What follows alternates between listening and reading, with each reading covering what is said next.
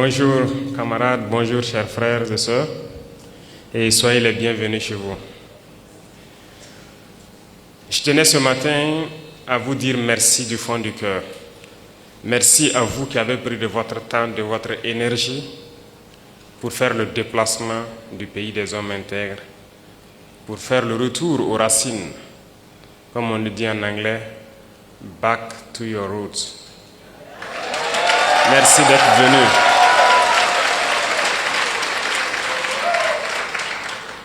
Vous nous avez fait preuve de fraternité, vous nous avez fait honneur et je prie Dieu qu'il continue à vous bénir tous, à vous donner la santé, la force nécessaire de pouvoir continuer à revenir à vos sources. Parmi vous, il y a des personnes âgées, très âgées, qui malgré le poids de l'âge, ont fait le déplacement avec vous. Je vous dis infiniment merci du fond du cœur et que Dieu continue à vous réconforter.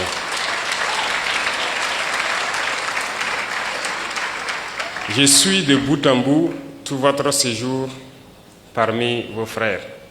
Chaque soir à la télévision, j'essaie de voir quelles sont les activités que vous avez eu à mener. Et je peux avouer que je suis très content de tout ce que vous avez déjà pu découvrir. Mais je prie Dieu que le temps soit encore de notre partie et que vous puissiez revenir et pouvoir découvrir beaucoup plus de choses à travers le Burkina Faso. Certes, beaucoup ont été déconseillés de venir vers le Burkina. Vous êtes nos ambassadeurs désormais. Et je pense que vous êtes les mieux placés pour aller faire comprendre aux autres que le Burkina Faso est loin de ce que ces médias occidentaux essaient de faire peindre aux yeux du monde. Le Burkina est bien fréquentable, le Burkina résiste, le Burkina tient debout et le Burkina vit. Et merci à vous de prouver cela aux yeux du monde.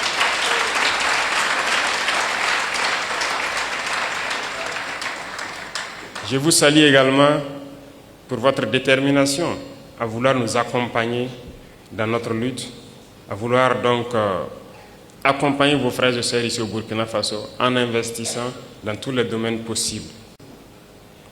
J'en ai échangé avec le Premier ministre rien que hier sur la carte de résident permanent.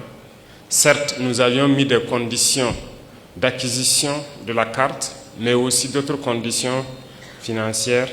Mais nous avons décidé de lever la condition financière en ce qui vous concerne pour que vous n'acquisiez.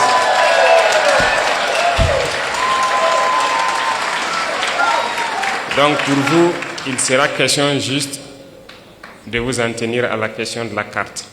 Donc toutes les autres conditions, vous serez exemptés. Et merci à vous d'ouvrir le pas pour tous ceux qui souhaitent donc prendre cette carte et pouvoir investir et rester au Burkina. Ceci dit, le Burkina Faso est un pays en pleine construction. Et je pense que beaucoup d'opportunités vous ont été présentées. Il y a encore beaucoup d'autres opportunités. Déjà la question de la radio et de la télévision, je puis aussi vous assurer que je ferai tout pour accompagner la création d'une telle radio ou d'une telle télévision ici au Burkina Faso.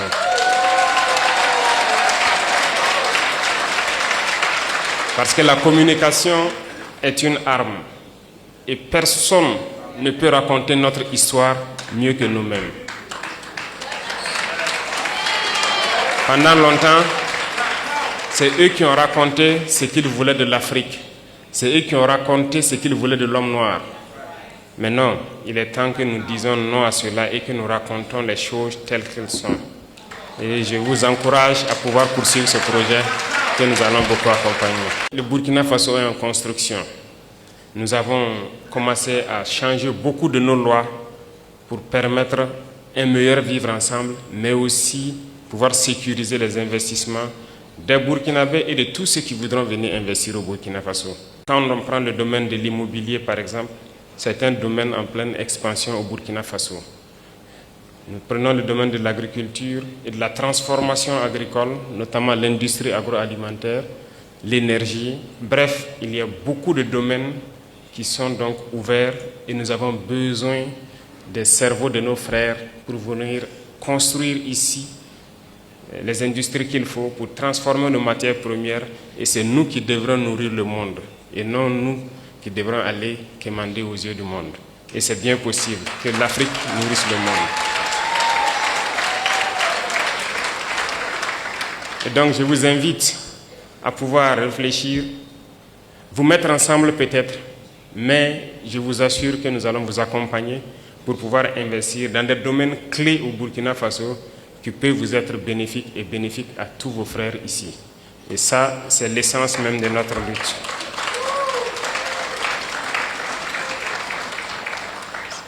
Le ministère des Affaires étrangères va poursuivre ce beau travail qu'ils ont commencé. Et d'ailleurs, je les félicite pour cette initiative avec l'Institut qui a pu donc faire ce merveilleux travail. Continuez le travail de présenter les opportunités pour pouvoir vous guider et vous canaliser vers les investissements structurants et bénéfiques. Et nous allons continuer à suivre ça de très près pour que vous ne soyez pas déçus de votre investissement au Burkina Faso. Reconnaissez une chose, la lutte que nous menons est âpre et c'est une lutte d'endurance.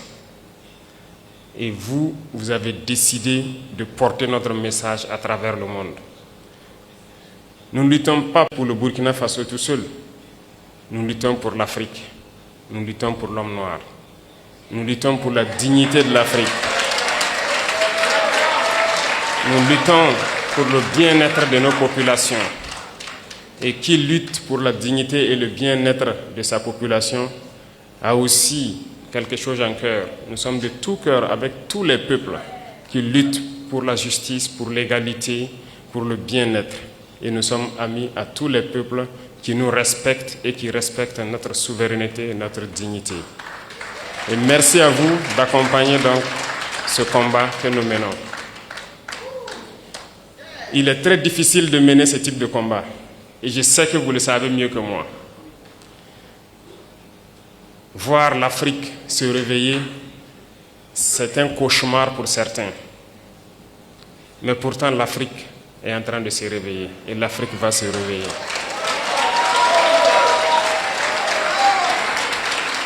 Nous n'allons pas être complices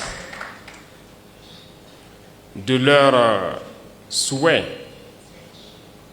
celui de voir l'Afrique être la réalité de ce qu'eux, ils ont pensé et dit de l'Afrique, notamment une terre d'esclaves, une terre maudite. Nous n'allons pas être complices et les accompagner pour que ce qu'ils pensent soit une vérité. Nous leur dirons que l'Afrique est un continent d'espoir, est un continent combatif et l'Afrique est un continent d'avenir. Et nous allons nous battre pour cela.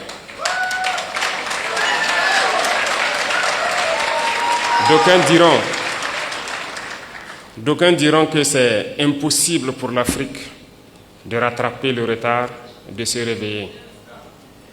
On nous l'a dit lorsqu'on a voulu prendre le destin de notre pays, qu'il est impossible de faire ce que nous voulons. D'autres nous ont découragés. Ils ont toujours pris des exemples de héros africains qu'ils ont tués pour nous dire que ces héros ont essayé mais ils n'ont pas pu. Pour nous faire comprendre que c'est une peine perdue notre lutte. Mais nous avons dit que impossible n'est pas africain. Si impossible était africain, nos grands-parents, nos ancêtres ont beaucoup souffert. Il n'y a pas ce peuple au monde qui a souffert comme les Africains. Aucun peuple ne peut prétendre pouvoir survivre après toutes les épreuves que les Noirs ont subies. On se rappelle que ce soit les colonisations, l'esclavage, les conquêtes arabo-musulmanes ici, les Africains ont connu toutes sortes d'humiliations, toutes sortes de traitements qui visent à nous exterminer. Ils ont voulu faire disparaître le gène du noir parce que c'était les jeunes braves qu'ils ont toujours pris, tués et déportés. Donc l'Africain est le plus résistant de l'histoire de l'humanité parce que nous avons résisté à toutes les barbaries possibles. Mais il faut qu'aujourd'hui, nous continuions la lutte. Et voilà pourquoi, moi je vous dis encore merci pour ce combat que vous menez. Parce que le continent souffre encore. Regardez ce qui se passe au Soudan. On extermine les frères noirs. Regardez ce qui se passe au Congo. Regardez ce qu'ils sont en train de s'aimer dans le Sahel. Un peu partout, ils manipulent les noirs pour qu'on s'entretue. Ils envoient les armes et on continue de s'entretuer. Il faut que cela s'arrête. Et c'est bien possible. Et la première chose, la première arme que nous pouvons utiliser, que vous pouvez utiliser, c'est la communication. C'est d'expliquer aux Noirs d'où il vient et qui il est et où est-ce qu'on peut partir. Et c'est bien possible et je vous félicite, je vous encourage dans ce combat. Il faut que partout où des Africains se retrouvent, il faut que nous comprenions une chose. Seuls unis, nous pourrons aller loin. Et il faut que nous arrivions à nous unir d'une manière ou d'une autre. Et cela incombe plus à la jeunesse aujourd'hui, mais aussi aux anciens, qui doivent pouvoir expliquer à la jeunesse ce qu'ils ont vécu hier et comment nous devons nous comporter aujourd'hui pour pouvoir nous unir.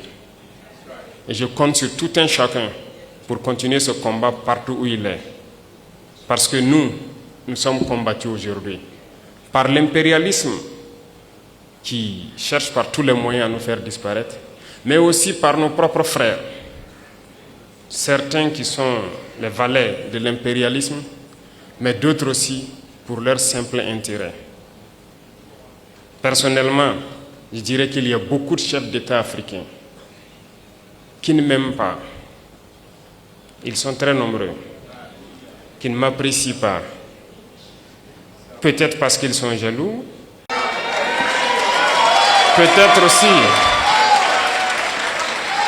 peut-être aussi, je suis un danger pour leur maître.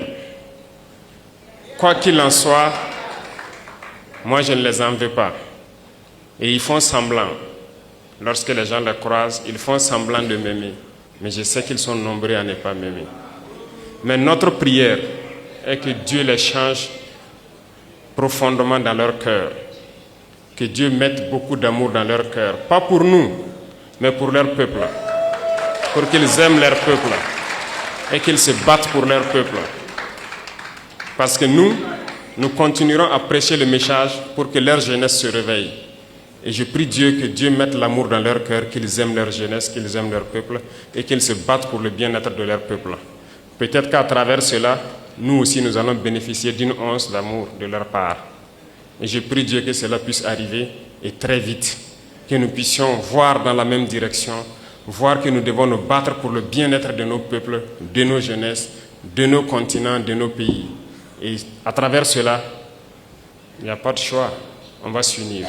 Parce que l'Afrique est immensement riche, nous avons un marché immense et nous avons des cerveaux à travers le monde. Et nous allons faire venir tous nos cerveaux pour travailler avec nous. Et l'Afrique a besoin de tous ses fils, de toutes ses filles pour pouvoir se développer. Et vous portez ce message, vous portez ce combat. Et nous devons tout faire pour que ce combat aboutisse et au plus vite. Ça, c'est très important. Parce que vous devez voir ce combat aboutir dans très peu de temps. Et c'est bien possible. Donc, je vous encourage, je vous félicite pour tout ce que vous faites. Et avant de clore mes propos, je vous invite, à chaque occasion que vous pourrez, revenir au Burkina Faso, parce que nous allons transformer le Burkina Faso, faire du Burkina un exemple pour que les gens voient que c'est possible.